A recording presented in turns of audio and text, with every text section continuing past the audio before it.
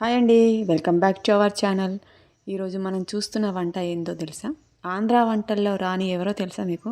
అదేనండోయ్ మన గోంగూర పచ్చడి. పులుపు, కారం, రుచి అన్నీ ఒకటిగా కలిపే ఈ పచ్చడి ఒక్కసారి తింటే అసలు మర్చిపోలేరు. దీన్ని ఈజీగా ఎట్లా ప్రిపేర్ చేసుకోవచ్చో చూసేద్దాం రండి. 2 టేబుల్ స్పూన్ల ధనియాలు, 1 టేబుల్ స్పూన్ జీలకర్ర, పావు టీ స్పూన్ మెంతులు, అర టీ స్పూన్ ఆవాలు వేసి వేయించుకోవాలి. అందులో 2-3 చుక్కల నూనెను వేసి కొద్దిగా ఎర్రగా వేయించుకోవాలి. తర్వాత దీనిలో 1 గోంగూర కట్ట తీసుకున్నాను కాబట్టి దీనిలో నేను 10-12 ఎండుమిరపకాయలను వేసి వేయించుకుంటానండి.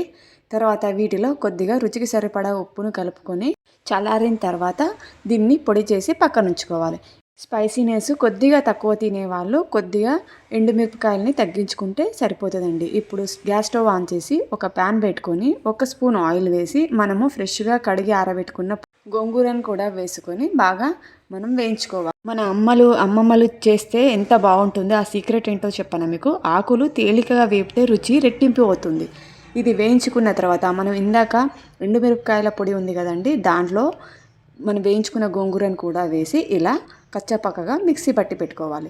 తర్వాత దీనికి పోపు కావాలి అనుకుంటే మరోసారి స్టవ్ ఆన్ చేసి ప్యాన్ పెట్టేసి 2 టేబుల్ స్పూన్ల ఆయిల్ వేసి దాంట్లో కొద్దిగా ఆవాలు, జీలకర్ర, మినపప్పు, శనగపప్పు, కచ్చపక్కగా దంచి పెట్టుకున్న 10-12 వెల్లుల్లి రెబ్బలు, కొద్దిగా కరివేపాకు వేసి దోరగా వేయించుకొని మనము ఇందాక మిక్సీ పట్టి పెట్టుకున్న మొత్తం ఆ మిశ్రమాన్ని కలుపుకొని దీనిలో వేయించుకోవాలి.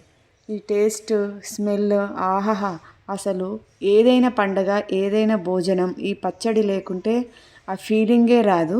ఈ పచ్చడి ఒక్కసారి మీరు ట్రై చేసి చూడండి, ఆహా అనాల్సిందే. వేడి వేడి అన్నంలోకి కొద్దిగా నెయ్యి వేసుకొని ఈ గోంగూర కలుపుకొని తింటే ఉంటుంది సూపర్ అంటే సూపరు. ఒక్కసారి మీరు ట్రై చేసి మీకు ఎలా వచ్చిందో నాకు ఫీడ్బ్యాక్ని కామెంట్ రూపంలో అందించండి. గోంగూర పచ్చడి, చికెన్ కర్రీ అనేది డెడ్లీ కాంబినేషన్. ఒక్కసారి ట్రై చేయండి. Thank you for watching this video. Please do subscribe to our channel. Bye.